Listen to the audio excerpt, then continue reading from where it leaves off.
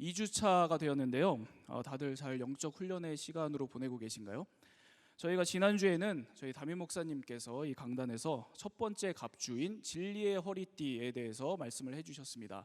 다들 말씀 내용이 기억나시나요? 진리의 허리띠, 진리에는 힘이 있다고 말씀을 하셨습니다. 그리고 또 하나, 진리는 우리를 자유케 한다고 또 말씀을 하셨습니다. 다들 이 말씀을 꼭 이 수련의 기간 동안 기억하시고 꼭 진리를 통해서 힘과 자유를 얻으며 누리며 살아가는 여러분들이 다 되시기를 바랍니다. 네, 오늘은 이 전신갑주 중에 두 번째 갑주인 의의 호심경에 대한 말씀을 나누도록 할게요. 제가 지난주에 읽었던 이 기사들 중에 우리나라에 이 한국어를 하는 코끼리가 있다는 기사를 읽었습니다. 사람 말을 하는, 특히 이제 한국어를 하는 코끼리요. 들어보셨나요? 네, 있습니다. 네, 진짜 있어요. 한국어로 말을 하는 에버랜드 동물원에 이 코식이라고 하는 코끼리가 사람 말을 한답니다. 저 코끼리인데요. 네, 진짜 한국어 사람 말을 해요. 네, 이거 뭐 검색을 해보셔도 됩니다. 정말 이렇게 의심이 되시면 유튜브에 동영상도 있고, 네, 사람 말을 합니다. 지금 하시면 안 되고요. 예배 끝나고 하시면 되겠어요. 네, 이 코식이가 28살인데 안녕, 아니야, 좋아, 뭐 이런 간단한 말들을 한대요. 이게 너무 신기해서 이 유럽의 이 과학자들이 다 찾아와서 이 코식이를 관찰해 본 겁니다. 어떻게 사람의 말을 하지, 이 코끼리가? 놀랍게도 이 코식이가 어떻게 사람의 말을 하냐면 자기 긴 코를 말아서 입 안에 넣어가지고 이 입 안에 이 구강, 이 공간을 디테일하게 변화시켜서 사람과 비슷한 주파수를 만들어내가지고 말을 한다는 거예요. 이게 동물에게는, 코끼리에게 굉장히 힘든 일이랍니다. 여러분 생각을 해보세요. 이 코끼리가 당연히 사람 말을 못하잖아요. 이 불가능한 일입니다. 그런데 숱한 시도 끝에 코를 입에 넣어가지고 구강 구조를 변형시켜서 사람의 말을 흉내내는 이 방법을 찾아낸 겁니다. 이 코식이가요, 이렇게 눈물겹게 노력을 하고 또 노력을 해서 사람 말을 했다는 거예요. 그러면서 이 유럽의 연구팀이 왜 이렇게 코식이가 사람 말을 어떻게든 하려고 이렇게 노력을 했나, 그 이유를 이런 결과를 내놓았습니다. 외로워서 그랬다는 겁니다. 외로워서요. 10년 넘게 이 동물원 우리 속에서 혼자 지내면서 다른 코끼리를 보지 못한 채 이 사육사만 계속해서 만난 겁니다. 그러니까 본능적으로 이 코식이가 사회적 관계에 대한 깊은 갈망이 생겼던 겁니다. 제가 이 기사를 보는데 이 코끼리 한 마리, 개미 한 마리도 참 결코 혼자서는 살아갈 수가 없는 거구나, 이런 생각이 들었습니다. 여러분, 우리 인간도 마찬가지입니다. 하나님께서는 우리들을 함께 살아가도록 지으셨습니다. 그래서 우리는 늘 서로를, 관계를 필요로 합니다.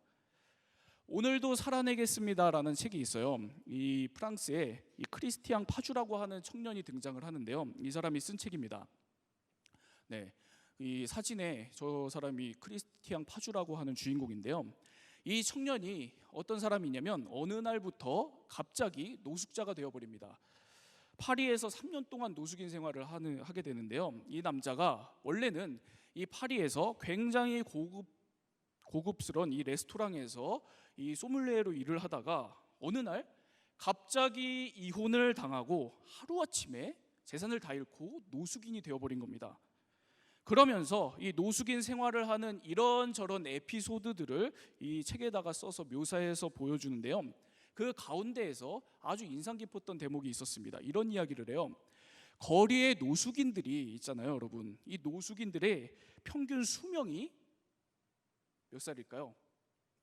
이 책에 보면 이 크리스티앙 파주가 거리의 노숙인들의 평균 수명이 40대 중반이라고 얘기를 합니다. 40대 중반이요.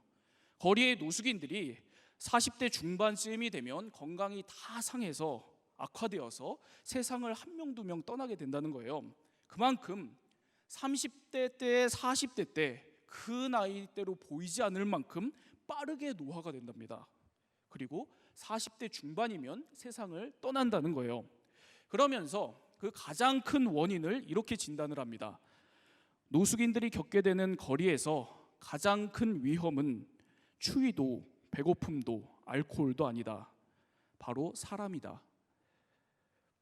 이 노숙인들이 살면서 가장 필요로 하는 것이 늘 사람인데 매일 외로움 속에서 사람을 그리워하면서 사는데 문제는 가장 필요로 하는 이 사람이 거꾸로 이 노숙인들에게 가장 고통을 주는 존재라는 겁니다.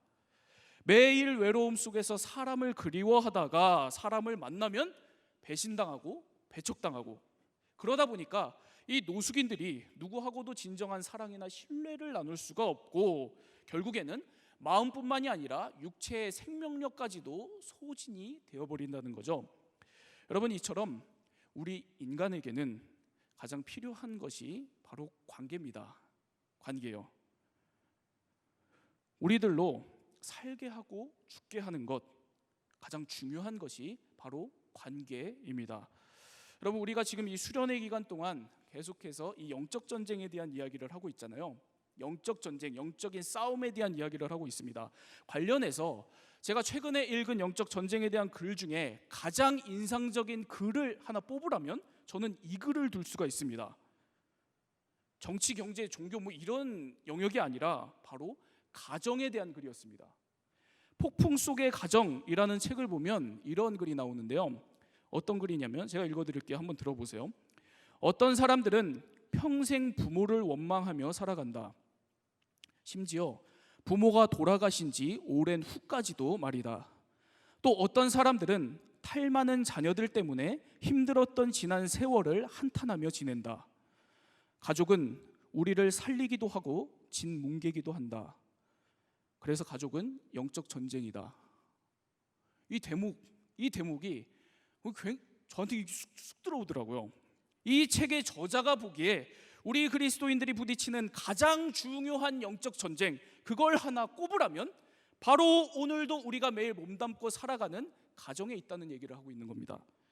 부모와 자녀 사이에, 형제 자매 사이에 가장 우리에게 힘을 주고 살아갈 이유를 주는 관계가 바로 이 가정인데, 그런데 반대로 가정만큼 우리들에게 깊은 상처를 주고 무거운 고통을 안겨주는 게 없다는 이야기를 합니다. 그러니까 이 정치, 경제, 종교 뭐 이런 영적 전쟁도 있지만 여러분, 무엇보다도 가정이라고 하는 우리가 몸담고 있는 이 가장 가까운 관계, 가장 기본적인 관계, 이 근본적인 관계에 중요한 영적 전쟁이 있다는 겁니다. 여러분, 하나님은 우리들을 함께 살아가도록 지으셨습니다. 그래서 우리는 늘 서로를, 관계를 필요로 합니다. 그런데 가정이든 교회든 어디든 가장 우리에게 큰 상처를 주는 것이 바로 이 관계입니다. 우리를 살리기도 하고 진뭉개기도 하는 것이 바로 이 관계라고요.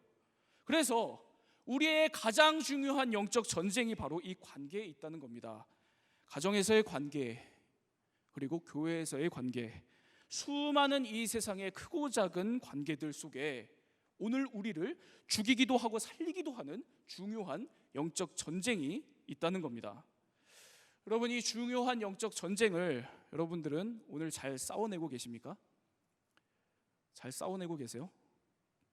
가정에서의 관계, 교회에서의 관계, 직장에서 친구들 사이에서의 관계, 이 관계 가운데 역사하고 있는 이 악한 영과의 전쟁을 오늘 잘 감당하고 계시냐는 그런 말씀입니다. 지난 2주간에 우리가 말씀을 통해서 들은 것처럼 사도 바울이 이 에베소 교회 성도들에게 전신갑주를 입으라고 얘기를 했습니다. 영적 전쟁, 싸움이 있다는 거예요. 그런데 무엇 때문에, 뭘 위해서 전쟁이 있고 싸워야 되는가? 이 에베소서에서 사도 바울이 이야기하는 에베소 교회 성도들의 가장 중요한 문제 때문에 그런 겁니다. 이 에베소 교회 성도들이 이 삶의 현장에서, 이 신앙생활에서 가장 중요한 문제가 하나 있었는데 그게 뭐냐면 바로 오늘 얘기한 관계의 문제였습니다. 이에 대해서 오늘 말씀 배경을 좀 더 설명을 해드리면, 이 당시에 여러분 사도 바울은 이 에베소서를 썼던 당시에 사도 바울은 감옥에 갇혀 있었습니다. 감옥에 갇혀 있으면서 이 사도 바울이 큰 걱정이 된 거예요. 어떤 걱정이냐면 자기가 3년 동안 사역을 했던 이 에베소 교회를 떠나오면서 이 관계의 문제 때문에 에베소 교회에 어려움이 생기지 않을까, 이것 때문에 걱정이 굉장히 많았습니다. 왜냐하면 이 지도자였던 사도 바울이 보니까 에베소 교회 안에 이 유대인 출신 그리스도인들과 이방인 출신 그리스도인들 사이에 갈등 문제가 있었습니다. 뭐 이런 거죠. 모태신앙 출신과 그리고 새신자 사이에 하나가 되지 못하는 모습이 있었다는 겁니다.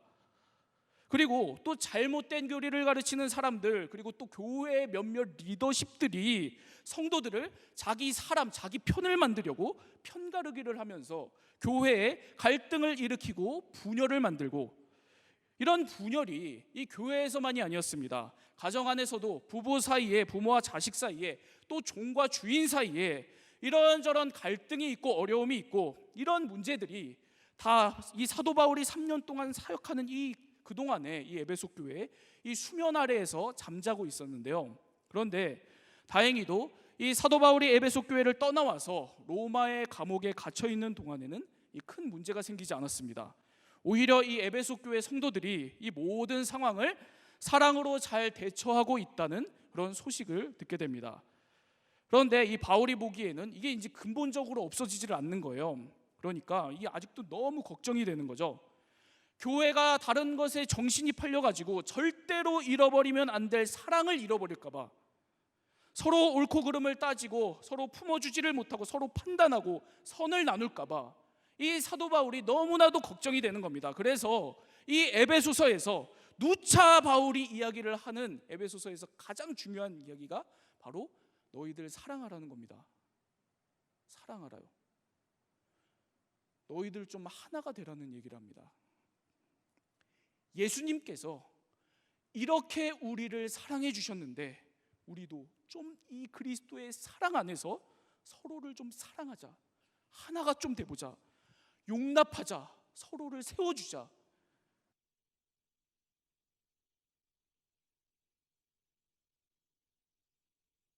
마이크 네 괜찮습니다. 여러분 제가 너무 이렇게 혈압이 너무 올랐죠 지금. 감사합니다. 이 혈압을 내려주셔서 이 순간에 네, 이 혈압이 내려갔어야 되는데 흥분해서. 여러분 우리가 좀 이 대목에서 이걸 정말 진지하게 좀 받아들여야 되거든요. 오늘 우리가 믿는 그리스도인들이 사랑을 하고 안 하고, 내가 저 사람을 품고 안 품고, 이건 그냥 가볍게 여길 문제가 아니라는 거예요. 바울은 이 관계의 문제들을 쭉 얘기를 하면서 오늘 이 에베소서의 마지막 부분, 이 6장에 와서 이 모든 문제들, 이 모든 관계의 문제들이 영적 전쟁 가운데 있는 일이다라고 얘기를 합니다. 그만큼 우리가 오늘 내 가족 안에서, 내 교회 안에서, 내 직장, 이 모든 관계 안에서 사랑을 하느냐 안 하느냐가 우리 그리스도인들이 죽고 사는 문제고 교회의 존폐가 걸린 문제라고 사도 바울은 봤던 겁니다. 너무도 필요한 내 가족이고 내 교회고 내 학교고 내 직장인데 나한테 상처만 이렇게 안겨주는 이런 상황에서 사랑을 하느냐 안 하느냐, 여기에 여러분 오늘 저와 여러분들이 죽고 사는 문제 달려있는 거 맞지 않습니까 여러분? 그렇죠? 그래서 사도 바울이 오늘 이 관계의 문제를 쉽게 보지 말라는 얘기를 하는 겁니다. 그렇기 때문에 이 어려운 싸움을 싸우기 위해서 너희들은 하나님의 전신갑주를 취하라고 이야기를 합니다. 그러면서 이 전신갑주, 이 갑옷 6가지를 구체적으로 하나하나 이야기를 하면서 아주 철저하게 이 영적 전쟁에 대응할 것을 이야기를 하는데요. 여러분 오늘 말씀 14절 말씀을 한번 보도록 하겠습니다. 14절 말씀 함께 읽겠습니다. 시작. 그런즉 서서 진리로 너희 허리띠를 띠고 의의 호심경을 붙이고. 오늘 주목해서 나눌 것은 이 하반절에 의의 호심경을 붙이고, 바로 이 구절에 언급되어 있는 의의 호심경입니다. 여기에서 호심경은 이 우리 몸에 상반신을 막아주는 이 갑옷, 이 가슴막이 같은 거거든요. 여러분 이 상반신에는 우리의 심장이 있죠. 우리에게 가장 중요한 심장이 있습니다. 이 심장을 보호하는 만큼 아주 중요한 방어구가 바로 이 호심경이라고 할 수가 있어요. 그러니까 우리에게 가장 중요한 이 심장을 보호할 정도로 가장 중요한 역할을 하는 게 바로 이 의의 호심경의 의라고 하는 겁니다. 의요, 의. 우리의 가장 중요한 것을 보호하기 위해서 우리에게는 의가 꼭 필요하다는 거예요. 의를 꼭 붙들고 살라는 겁니다. 그래서 오늘 저와 여러분들이 이 가슴에 꼭 붙이고 살아가야 될 이 의의 특징을 좀 말씀을 드리려고 합니다. 의와 관련된 이 단어 두 가지를 통해서 여러분들에게 이 특징들을 통해서 오늘 우리들이 어떤 의를 우리 가슴에 붙이고 살아가야 되는지 그것을 두 가지를 좀 나누도록 하겠습니다. 우리가 어떤 일을 가슴에 붙이고 살아가야 하는가? 그 첫 번째는 여러분, 우리들은 신실함의 의를 가슴에 붙이고 살아가야 됩니다. 뭐요? 신실함의 의요. 여러분 잘 들어보세요. 이 의에 대해서 좀 설명을 해드리겠습니다. 이게 좀 복잡할 수도 있는데, 여러분, 의라는 말은 성경에서 관계적인 말입니다. 성경에서 의라는 말이 나올 때는 철저하게 관계를 전제로 하고 이야기를 하는 것이 바로 이 의라는 이야기입니다. 이렇게 생각을 하면 좀 편해요. 제가 예를 이렇게 드릴게요. 여러분, 결혼식 때 가장 중요한 게 뭘까요? 가장 중요한 시간? 뷔페 이런 거 아닙니다. 가장 중요한 시간, 주례도 아니에요. 주례라고 생각하셨죠? 주례 아닙니다. 결혼식에서 가장 중요한 시간은 바로 두 사람이 하나님 앞에서 서약하는 시간입니다. 약속하는 시간이에요. 결혼을 한 두 사람이 이 결혼식장에서 하나님 앞에서 서로를 평생 사랑하고 평생 상대방을 위해서 살겠다고 약속을 하는 바로 그때가 제일 중요합니다. 그러면 그때부터 두 사람은 이 약속 안에 거해서 살아가게 되는 거거든요. 그리고 이 약속에 따라서 두 사람이 평생 서로를 위해서 이 약속을 성실히 잘 지키면서 살아가는 것, 이거죠. 그런데 이것을 바로 성경에서는 의라고 이야기를 하는 겁니다. 이것을 성경에서는 의라고 얘기를 한다고요. 이렇게 약속을 성실히 지키면서 사는 모습을 가리켜서 의롭다라고 얘기를 하고, 다른 말로 그 모습을 가리켜서 신실하다라고 얘기를 합니다. 이해가 되시나요? 여러분, 성경에서 의를 얘기를 할 때 우리들과 하나님의 관계가 바로 이렇다는 거예요. 하나님과 우리 사이에 약속이 있다는 겁니다. 바로 이 하나님의 말씀, 이 말씀이라고 하는 약속이 우리 하나님과 나 사이에 있는 겁니다. 이 말씀대로 하나님께서는 이 말씀대로, 이 약속대로 우리들을 늘 구원해 주시고 돌봐주시고 지켜주시고 인도해 주시는 것, 그리고 이 약속을 맺은 우리들은 이 하나님의 말씀을 잘 지키면서 살아가는 것, 바로 이것이 의입니다. 바로 이것이 의로운 겁니다. 그리고 바로 이것이 신실한 겁니다. 그런데 이렇게 관계 속에서 이 약속을 잘 성실히 지키는 것이 신실함인데, 이 신실함은 거기에다가 더 한 가지 깊은 뜻을 가지고 있습니다. 이 신실하다라고 하는 이 헬라어 원어는 피스티스라고 하는데요, 이 믿음이라고 번역을 하는 구절이기도 합니다. 그런데 이 중요한 것은 이 피스티스라고 하는 이 헬라어 단어의 이 어근이 페이도라고 하는 단어거든요. 이 페이도라고 하는 단어의 뜻이 설득을 당하다라는 뜻이 있습니다. 그러니까 이 의를 행하는 이 신실함은 하나님과의 관계에 있어서 우리들이 성실하고 최선을 다하는 것인데, 그런데 내 겉모습만 최선을 다하는 게 아니라는 거예요. 내 마음까지 하나님께 설득당해서 겉과 속이 함께 가는 것이 참된 신실함이고 참된 의입니다. 여러분, 이런 신실함으로, 이런 의로 하나님을 섬기고 하나님의 약속 가운데 살아가는 여러분들이 다 되시기를 바라요. 이게 정말 중요합니다. 이 의로 살아가는 것, 이것은 성경에서 가장 중요하게, 가장 많이 언급된 그런 주제라고 할 수가 있습니다. 그런데 여러분, 이 겉과 속의 문제가 이 영적 전쟁에서, 우리가 지금 싸우고 있는 이 영적 전쟁에서 굉장히 중요하게 고려해야 될 지점인데요. 여러분, 우리가 영적 전쟁을 하는 상대는 사탄입니다. 그렇죠. 악한 영, 사탄, 마귀입니다. 성경에 이 사탄이 등장을 할 때 이 사탄을 어떻게 묘사를 하냐면 참소하는 자, 비방하는 자, 모함하는 자, 이렇게 묘사를 하거든요. 이에 대해서 조금 더 구체적으로 우리 욥기 1장 9절에서 11절 말씀을 한번 보도록 할게요. 욥기 1장 9절에서 11절 말씀 함께 읽겠습니다. 시작. 사탄이 여호와께 대답하여 이르되 욥이 어찌 까닭없이 하나님을 경외하리이까? 주께서 그와 그의 집과 그의 모든 소유물을 울타리로 두르심 때문이 아니니이까? 주께서 그의 손으로 하는 바를 복되게 하사 그의 소유물이 땅에 넘치게 하셨음이니이다. 이제 주의 손을 펴서 그의 모든 소유물을 치소서. 그리하시면 틀림없이 주를 향하여 욕하지 않겠나이까? 여기 보면 어느 날 사탄이 하나님을 찾아와서 이렇게 욥을 모함을 하는 걸 볼 수가 있습니다. 사람이 어떻게 이유 없이 하나님 경외하냐고, 사람이 어떻게 이유 없이 하나님을 믿냐고, 말도 안 된다고 이 사탄이 욥을 모함을 합니다. 한번 그 집과 소유를 다 뺏어보라고. 그러면 그 속만 남아서, 겉이 싹 사라지고 그 속만 남아서 그 욥의 벌거벗겨진 그 속사람은 완전히 적나라하게 다를 거라고, 이렇게 사탄이 하나님께 참소를 하는 겁니다. 틀림없이 하나님을 욕할 거라고 이야기를 합니다. 이렇게 사탄이 욥을 비방하고 모함하는 장면이 나와요. 그런데 여러분, 저와 여러분들이 잘 알다시피 정말 이런 욥에게 고난이 주어집니다.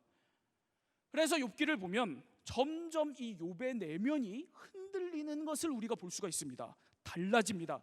처음에 순전함에서 떠나는 모습들이 보입니다. 여러분, 그랬던 욥이 어떻게 이 고난의 문제를 해결해내는지를 아세요? 욥기 마지막 어떻게 끝나는지 아십니까? 하나님이 나타나셔서 이 욥을 설득합니다. 욥이 하나님께 설득당합니다.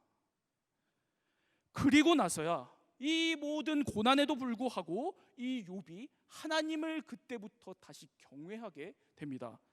여러분, 지금 이 얘기해드린 이 욥의 믿음, 이 욥의 신실함, 여러분, 이게 바로 신실함입니다. 여러분, 아무 문제 없이 하나님 잘 믿으면서 살아가는 거 성경에서 얘기하는 신실함 아닙니다.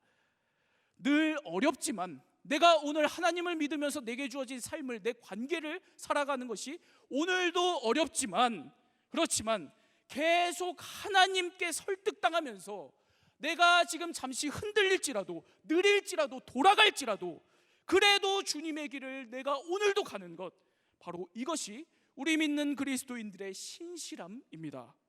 여러분, 오늘도 바로 이 신실함의 의를 여러분들 가슴에 붙이고 살아가는, 믿음으로 살아가는 여러분들이 다 되시기를 바랍니다. 여러분, 우리 모든 관계 속에서, 우리가 살아가는 모든 관계 속에서 이 영적 전쟁이 가장 심한 부분을 하나를 꼽으라면 뭘까요? 용서죠. 용서요. 나한테 이렇게 상처를 준 그 사람, 이렇게 피해를 준 그 사람 용서하는 거요. 이게 제일 힘든 싸움이죠. 그래서 이 스티븐 체리라고 하는 사람은 용서라는 고통, 이 제목의 책을 썼습니다. 책 제목이 용서라는 고통이에요. 용서는 고통이라는 겁니다. 용서는 고통이라고 얘기를 해요. 그러니까 이 책에서 무슨 얘기를 하냐면, 용서가 얼마나 고통스럽지 않냐, 그러니까 함부로 쉽게 용서를 얘기를 하지 말라고 얘기를 합니다. 함부로 쉽게 용서해야 된다고 얘기를 하지 말라고 얘기를 해요. 피해자가 얼마나 아픈지 아냐, 얼마나 아픈 상처 속에서 살아가는지 아냐. 그리고 우리가 상처받고 화가 치밀어 오르고 막 그럴 때 쉽게 용서 안 해도 된다고 얘기를 합니다. 용서해야 된다는 이 압박 때문에 자신을 더 고통스럽게 하지 말라는 얘기를 해요. 괜찮다는 겁니다. 그런데 이 책에서 이 저자가 이걸 꼭 이야기를 해요. 그래도 하나님 안에는 꼭 있어야 된다고 얘기를 합니다. 여러분, 이게 바로 신실함의 의의입니다. 내 삶이 지금 말도 안 되게 아프지만 늘 하나님 앞에 그래도 나아가서 하나님의 설득을 듣는 거예요. 하나님의 그 설득을 들으면서 내가 오늘 하나님 앞에서 설득된 만큼 내 삶을 바꾸어 나가는 것, 그런 인생, 그런 믿음의 삶이 바로 신실한 믿음의 사람들, 의인의 삶이라는 겁니다. 여러분, 용서, 화해, 사랑, 우리 관계 속에서 이 얼마나 어렵습니까? 어려워요, 그렇죠? 당장 안 해도 괜찮다는 겁니다. 나의 이 속사람이 회복될 때 하면 됩니다. 속사람이 하나님께 설득될 때 그때 하면 됩니다. 다만 지금 우리에게 중요한 것은 지금도 나의 마음을 설득하시는 하나님께 돌아서지 말고 그 하나님 앞에 늘 서 있어서 하나님의 설득을 들으면서 살아가는 것입니다. 여러분, 이 신실함의 의를 오늘도 꼭 가슴에 품고 살아가는 여러분들이 다 되기를 바랍니다. 그럴 때 내게 상처를 주고 품을 수 없는 저 사람도 언젠가 이해하고 용서하고 또 내가 그 상처로부터 자유함을 얻는 그런 날이 반드시 올 겁니다. 의의 호심경을 가슴에 붙이십시오. 내 마음을 오늘도 설득하시는 이 하나님을 내 가슴에 품고 오늘도 주어진 이 관계의 영적 전쟁을 잘 감당하며 살아가는 여러분들이 다 되기를 바랍니다. 여러분, 우리가 어떤 의를 이 가슴에 붙이면서 살아가야 되는가? 그 두 번째는 우리들은 회복의 의를 가슴에 붙이고 살아가야 됩니다. 많은 학자들이 이 바울의 이 에베소서 이 전신갑주를 이야기를 할 때 이 대목이 이사야서 59장의 영향을 바울이 받았다고 봅니다. 그래서 이 이사야 59장 말씀을 좀 보면요, 이사야 59장 15절에서 17절 말씀입니다. 우리 함께 읽어볼까요? 시작. 성실이 없어짐으로 악을 떠나는 자가 탈취를 당하는도다.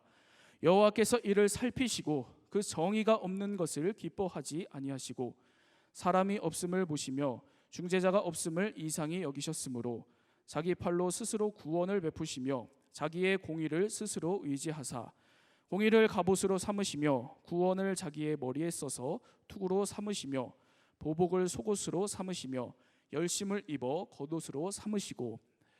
여러분, 이 구절을 보면 하나님께서 공의로 갑옷을 삼으셨다, 이 구절 보이시죠? 이 이사야 59장 이 17절에 공의로 갑옷을 삼으셨다고 할 때 이 공의가 바로 사도 바울이 에베소서 6장 14절에서 얘기한 의의 호심경에서 이 의입니다. 이 공의요, 이 공의는 히브리어로 체다카라고 하는 단어거든요. 이 체다카는 한 사회 이 공동체의 이 관계 속에서 가난한 자, 약한 자, 아픔을 겪는 자, 바로 이런 사람들에게 더 배려를 해주는 겁니다. 더 배려를 해줘서 이 무너지고 넘어진 사람을 회복시켜주는 이 회복적 정의의 개념입니다. 그 의라는 거예요. 그런데 이 회복의 의를 하나님께서 갑옷으로 입으셨다는 거예요. 한 사회가 이 회복적 정의가 너무도 땅에 떨어져서 가난한 자, 약한 자, 이 어려움들을 다 겪고 있는데 하나님께서 이 땅을 아무리 살펴봐도 이를 회복할 사람이 한 명도 없는 겁니다. 그런 상황에서 이 우리 하나님께서 친히 이 ጼ다카, 이 회복의 의를 갑옷으로 입으시고 이 가난하고 약한 사람들, 무너지고 깨진 이 한 사회를 회복시키셨다는 겁니다. 회복시키신다는 거예요. 이 이사야 말씀이거든요. 바로 이것을 이 에베소서에서 이 사도 바울이 오늘 우리들이 바로 이와 같은 회복의 의를 호심경으로 가슴에 붙여야 된다고 이야기를 하는 겁니다. 여러분, 바로 이것이 저와 여러분들이 오늘 가슴에 붙여야 될 의라는 거예요. 하나님께서 오늘 우리의 상처, 우리의 아픔, 뒤틀려 있고 이 해결 방법을 도무지 찾을 수 없는 이 관계, 우리의 가족, 교회, 직장, 이 세상 내버려 두시지 않으신다는 겁니다. 친히 일하신다는 거예요. 언젠가 회복시키신다는 겁니다. 바로 이 소망의 믿음이 오늘 우리들이 가슴에 붙여야 될 회복의 의라는 말씀입니다. 여러분, 반드시 이 회복에 대한 의를, 소망을 꼭 붙드셔야 됩니다. 그래야 오늘도 우리들이 이 관계의 영적 전쟁 가운데에서 넘어지지 않고 살아갈 수 있습니다. 승리할 수 있습니다. 제가 작년 가을쯤에 설교를 하다가 이런 이야기를 한 적이 있어요. 프랑스에 있는 이 떼제 공동체 이야기를 한 적이 한 번 있었습니다. 떼제 공동체는 유럽에 이제 청년들이 많이 찾는 이 수도 공동체거든요. 사진에 보시는 저곳이 바로 떼제 공동체입니다. 저 오른쪽에 저 큰 이제 종탑인데 저게 입구거든요. 저 떼제 공동체. 저기에 있는 이 수도사님들을 이 수사라고 부릅니다. 이 수사님들이 소명을 받아서 이 세상을 등지고 저기 모여가지고 계속 뭐 기도하시면서 이 공동체 삶을 사시는 거예요. 그런데 제가 저기에 갔을 때 너무 궁금한 게 한 가지가 있었습니다. 그게 뭐냐면 이분들 안 싸우시나, 이게 굉장히 궁금했습니다. 이분들이 이렇게 맨날 떨어지지 않고 모여 사시는데 한 번도 안 싸우시나? 싸우시지 않나? 문제 없나? 이게 왜 저는 왜 그런 게 궁금하죠? 그게 되게 궁금했습니다.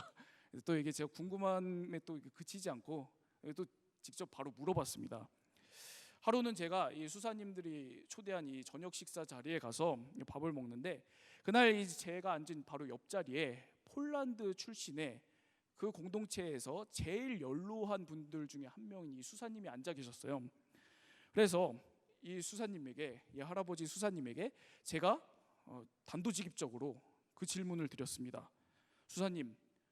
수사님들이 이렇게 세상 등지고 다 함께 모여가지고 매일같이 붙어가지고 이렇게 사시는데 안 싸우시나요? 이거 물어봤습니다. 놀랍게도 제가 그때 영어로 물어봤습니다. 왜 자부심이? 네. 그랬더니 그 질문에 이 폴란드 이 수사님께서 이렇게 대답을 하시더라고요. 맨날 싸운대요. 그 말에 갑자기 막 위로가 막 임하면서 네. 자신들도 매일같이 싸운다는 이야기를 하셨습니다. 자신들에게도 문제가 있고 싸우고 서로 상처받고 한다는 거예요. 그런데 그분이 그 다음에 저한테 이런 말씀을 해주셨습니다. 매번 싸우는데 그럴 때마다 하나님께 나아가면 하나님께서 그런 자신들을 하나의 공동체로 다시 새롭게 만드신다. 새 피조물 삼아 주신다. 우리는 그걸 경험한다. 우리 한 사람이 여러분 참 죄인이고 늘 문제가 많잖아요. 그런데 하나님께서 그런 우리들을 십자가와 이 부활을 통해서 매일 새 사람, 새 모습으로, 새 피조물로 만들어 주시죠. 그것처럼 관계도 마찬가지라는 겁니다. 늘 어려움이 있지만 하나님은 그런 우리들의 관계를 내버려 두시지 않고 십자가와 부활을 통해서 끊임없이 새롭게 하나님의 관계들로 만들어 가신다. 바로 그러한 하나님의 시각을 자신들이 갖게 되었다라는 그런 고백을 저한테 하셨습니다. 그리고 지금도 문제가 있는데, 관계에 문제가 있는데, 지금의 상황, 지금의 이 관계의 문제도 언젠가 하나님께서 새롭게 해주실 그 회복의 소망을 바라보면서 함께 살아간다. 이 이야기를 저에게 해주셨습니다. 아직도 그 대화가 기억이 납니다.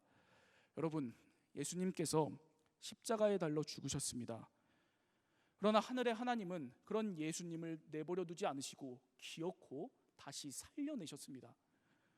그런 것처럼 오늘 여러분들의 가정, 우리가 함께 하고 있는 이 교회, 우리의 상처, 우리의 모든 깨어진 관계들이 지금이 끝이 아니라는 것을 꼭 오늘도 명심하시기 바랍니다. 언젠가 하나님은 우리의 이 모든 관계들을 새롭게 하실 것입니다. 의의 호심경을 가슴에 붙이고 살아가는 여러분들이 다 되기를 바랍니다. 이 회복의 의를 가슴에 품고 오늘도 회복의 소망을 가지고 믿음의 삶을 살아가는 여러분들이 다 되기를 바랍니다.